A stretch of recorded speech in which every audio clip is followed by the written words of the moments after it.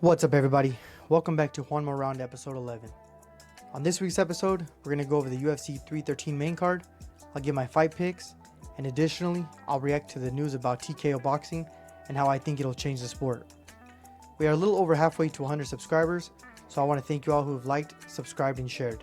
You're doing the channel a big service. A little PSA also, if you guys know any professional fighters or coaches that want to be interviewed, please comment them down below. I'd love to have them on the show. Thank you all. Now let's get into it.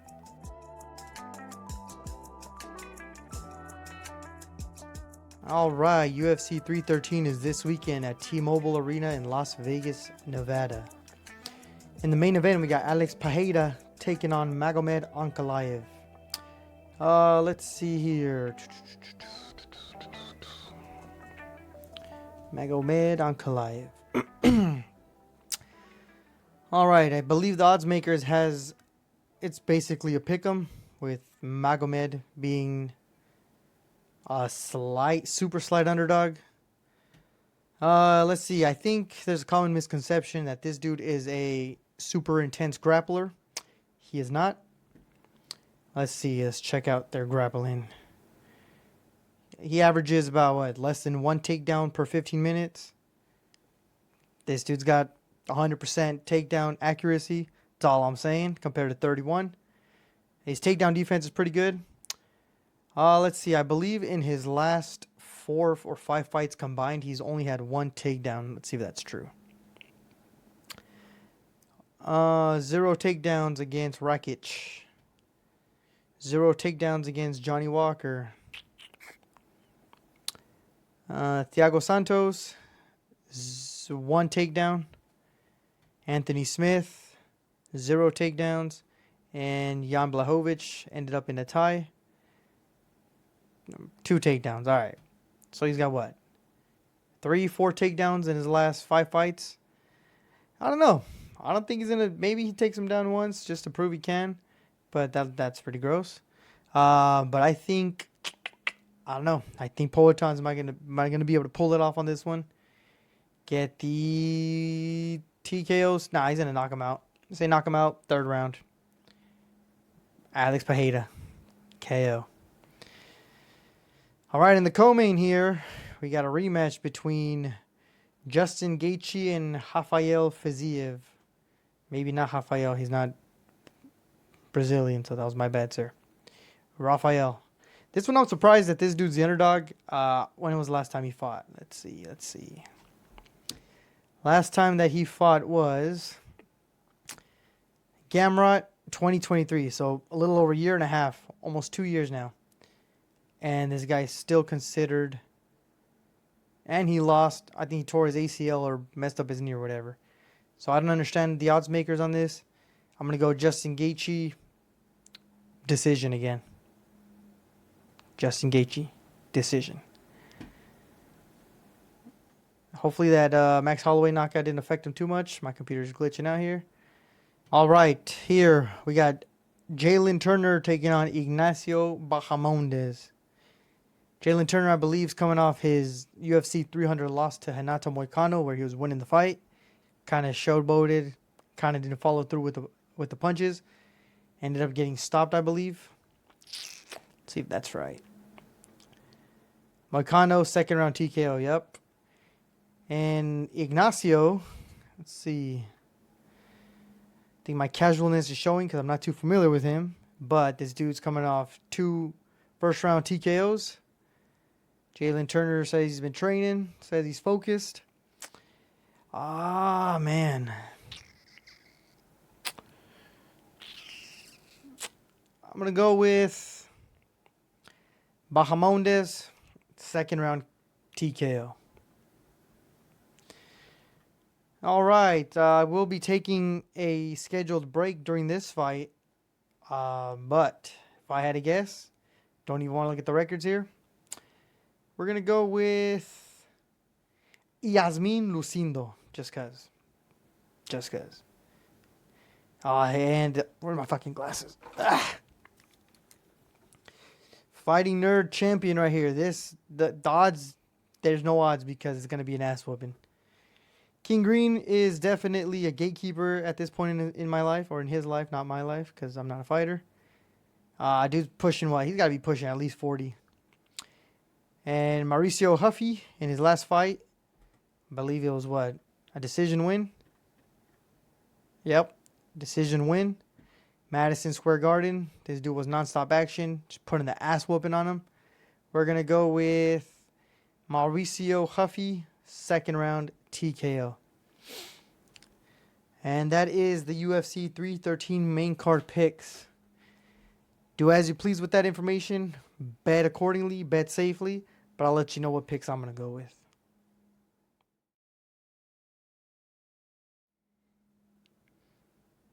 All right, my picks for this weekend are as follows. We're going to go Alex Pereira, money line, minus 115.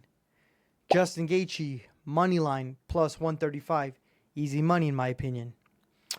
Ignacio Bahamondes, money line, minus 125. Yasmin Lucindo, minus 135 money line. And last but not least, King Green versus Mauricio Huffy, over 2.5 for plus 105. Again, bet responsibly, bet recklessly, bet the house, bet $5. $5 gets you 136.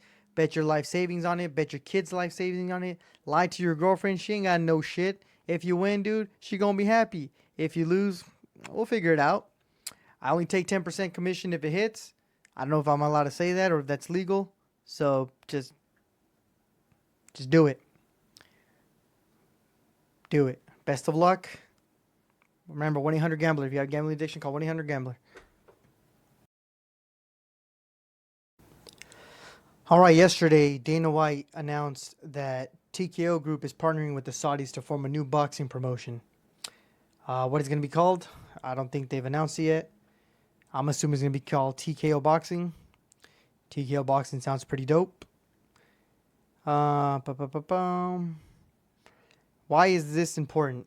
Let me tell you why. It's important because this signals the end of the current boxing model and the current sport of boxing as we know it. And why do I say that? One, this model's been broken for decades and it simply doesn't work. You can't have 28,000 different champions from 28,000 different governing bodies.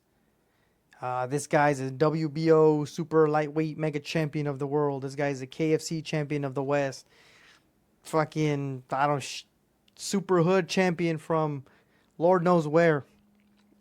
It simply doesn't work. You got to have one champion, one face of that division, and this is going to be a step in that direction. Now, what do I think is going to happen?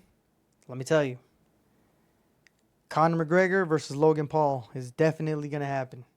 Why do I say that? They're both under the TKO umbrella.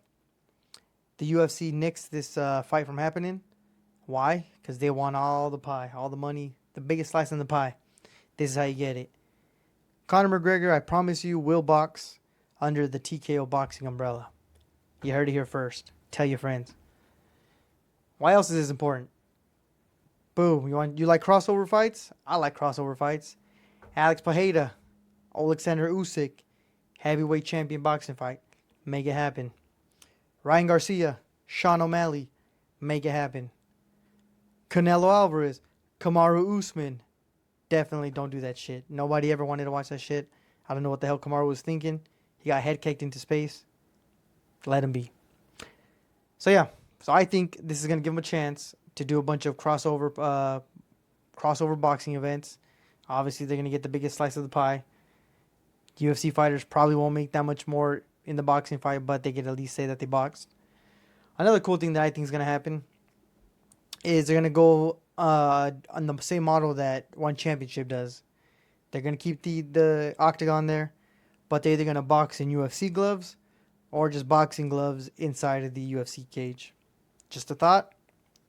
Do you do like 3 5-minute rounds? No, 5 3-minute rounds? Boom, non-stop action. Think about it. Dustin Poirier, boxing Nate Diaz. Give him Ilya, give him Conor, give him Max. Endless possibilities.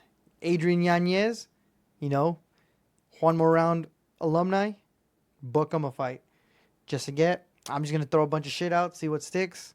That way I can either say I called it, or I just sound like a fucking idiot. All right, why else is this important? Canelo Alvarez reiterates stance on fight with David Benavidez, says he will take $200 million. This right here is the reason why boxing failed. Not because of Canelo. Just no hate to Canelo. Love Canelo. Amigo. Ain't the fuck you looking at, motherfucker? Yeah, great guy. But you can't have the top guy, then the second top guy in David Benavidez, not fight each other. Super mandatory, or was he the mandatory? Completely ignored it. You can't have mandatories completely being ignored for years and then expect the sport and the fans to not be pissed. So, do I think boxing kind of fucked themselves up in this one? Absolutely. Dana White, by far, probably the best promoter. Bald Santa Claus, dude, I love him. Turkey a la Sheik, unlimited money. Who's mad at that? Now, what do I think is going to happen with all the different promotions? I think Matchroom is probably going to jump on board. They have a good relationship with Dana White. Golden Boy, that dude, Oscar De La Hoya's a wild card crackhead. You know, never know what's up with him. Bob Arum, just Bob Arum. Al Heyman, right? They all probably hate each other. But what's going to happen is you're going to have TKO boxing and all the other promotions probably band together, but none of them can work with each other. So it's all going to fall apart. I say within 3 years, TKO boxing is going to have all the biggest names in the sport. Going to have all the biggest events. Turkey a la Sheik basically went around, gave them all a taste of how you like money. Boom, here's a little bit of this. Oh, you like big checks? Boom, here. And that they're all addicted to it. Boom, cutting you guys off. Either join TKO boxing or y'all can't get no piece of the pie. That's just my opinion. That's what I think is going to happen. Give it 3 years and this vision is going to come true. And lastly, why this also works. You got fighters that actually do want to fight the best in the world. But obviously their name's not as big as the A side. So they get overlooked, they get ducked, or for whatever reason. Case in point, Canelo Alvarez, David Benavidez. Under TKO boxing, not allowed. Number one guy fights the number one guy. You make it happen. Boom. Now, what fighters do I think is going to join? I think, obviously, they're going to develop a bunch of no-name prospects. You got Caleb Smith, the Irish cat that Dana White's all over. But I also think you're going to have, semi-big names that are going to want to join because they want to be part of that initial, the first welterweight champion, the first lightweight, whatever. They want to be the first champion. They want to be in there. Because I think at the end of the day, all roads lead through this TKO boxing thing. So you better get in while the going is good before you get left behind. So in my opinion, this has been a long time coming. Boxing kind of shot themselves in the foot for decades. They just kept kicking the ball down the road for as long as they could, but fans got over it. I will give them the credit. Not even give them the credit. Ryan Garcia and Gervonta Davis, in my opinion, saved boxing for about, 2-3 years? However long, 2 years that happened. Because ever since they fought, Crawford, Errol Spence happened, a couple months later, 2-3 months later. So all the big fights were semi-happening, but it's too little too late. Turkey a la Sheik, Dana White, TKO boxing is taking over. There it is. All right, y'all. That's another episode in the books. We'll be back again next week. Remember to like, subscribe, and follow. Share with a friend. If you laughed once, you're obligated to share this. You're obligated to like it. And you're obligated to subscribe. Again, this is a public service announcement. Sending out the bat signal. Need any professional fighter or coach that wants to be interviewed, wants to get their story out, send them my way. I'd love to have them on. Thank you all, and have a good one.